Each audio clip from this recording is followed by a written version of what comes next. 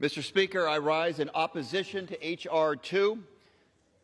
I am deeply frustrated by the administration's failure to adequately prepare for the end of Title 42, and my constituents in Arizona are as well.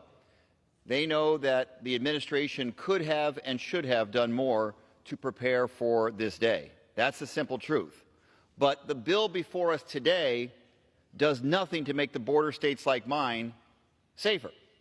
It does not ensure an orderly and humane legal asylum process, and even makes it more difficult for refugees from countries like Cuba and Ukraine to seek asylum here. It does not stop the flow of deadly drugs like fentanyl into our communities. In fact, it diverts law enforcement resources from going after drug traffickers and smugglers.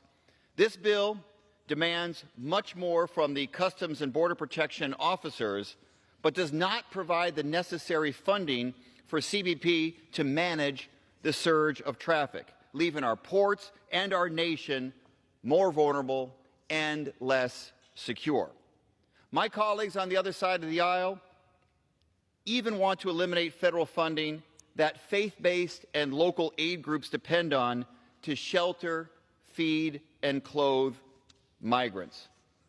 Without those shelters, there would be even more street releases by Border Patrol into communities like Phoenix and Tucson.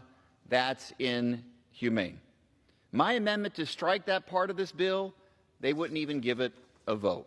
And make no mistake, if signed into law, H.R.2 would hurt our economy, especially in my home state of Arizona.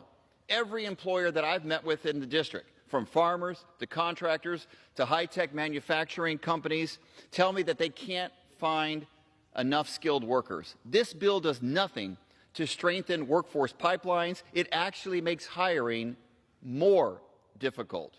All of these things, Mr. Speaker, show that this proposal is not a serious one. Instead of sabotaging an already broken immigration system, I invite my colleagues across the aisle to help us modernize it.